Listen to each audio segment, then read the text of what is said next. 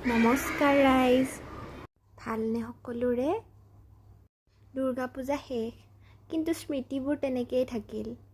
সেয়েহে মই স্মৃতিৰ টোপোলাটো ভিডিঅ' কৰিয়ে বান্ধি থলোঁ।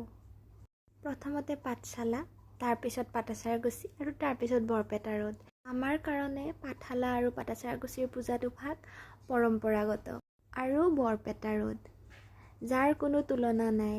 দুৰ্গা পূজাই কওঁ বা খোৱা বস্তুৰ কথাই কওঁ, অ' মাই গড। ইয়াৰ পূজা মণ্ডপ কেইটাও এনেকৈ সজাইছে নহয়, বাহিৰে ভিতৰে মানে একদম বিৰাট ধুনীয়া। এটা মণ্ডপত কমচে কম 15-20 মিনিট সময় আমি এনেই থাকিছোঁ। ইমান ধুনীয়া, মানে এৰি আহিব মন নাযায়।